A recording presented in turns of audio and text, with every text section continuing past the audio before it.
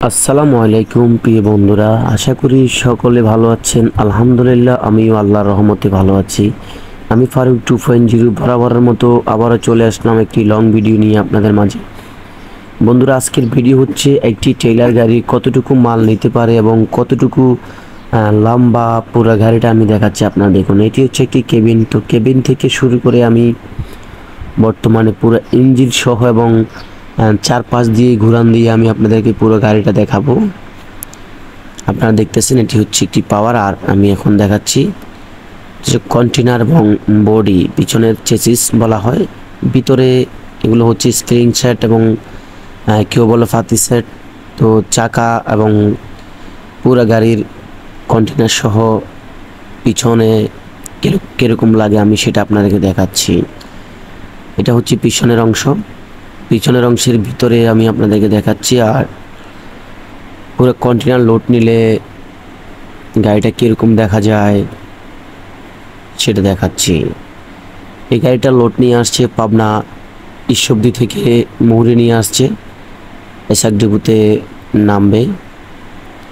তো আমি গাড়ির পিছনের সাইড আপনাদেরকে দেখানোর চেষ্টা করতেছি। এটি হচ্ছে চেন দিয়ে কন্টেনারটা বাঁধা হয়েছে।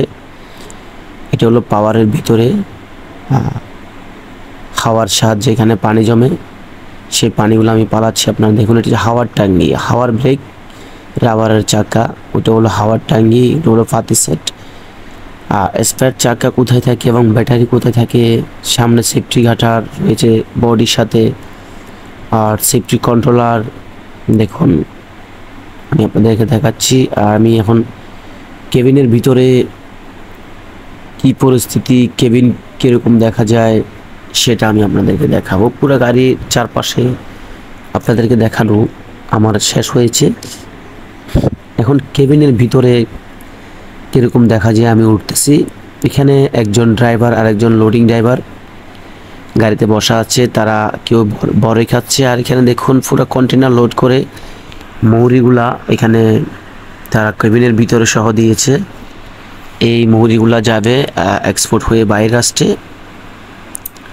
তো সবাই দেখুন একটি গাড়ির কেবিন কত বড় হয়। সামনে কিন্তু এসআরডিপুতে গাড়ি ঢোকার জন্য পার্কিং করা রয়েছে, আমিও ঢোকার জন্য এসেছি। আপনারা দেখুন, গাড়িটি আসলে সেকেন্ড হ্যান্ড কিনা হয়েছে, সেজন্য এরকম। এই গাড়িটা সেকেন্ড হ্যান্ড কিনা হয়েছে অন্য একটা পার্টি থেকে। চারপাশে প্রচুর পরিমাণ গাড়ি দেখা যাচ্ছে, আপনারা দেখুন। কেবিনের ভিতরে আমি নিজে সহ বসে আমি দেখতেছি যে এই মুহুরীগুলা কীরকম, কী ধরনের মুহুরী আসলে বিদেশ যাচ্ছে সেটা দেখার জন্য। যাক, প্যাকেটিংটা কিন্তু খুব সুন্দরভাবে করেছে। আমি ড্রাইভারদেরকে জিজ্ঞেস করতেছি, তো এটি আসলে প্রাণ কোম্পানির, এগুলো মনে হয় সৌদি আরবে যাবে আমার সম্ভাবনা। তো আমার ড্রাইভাররা কেউ ফান হাচ্ছে।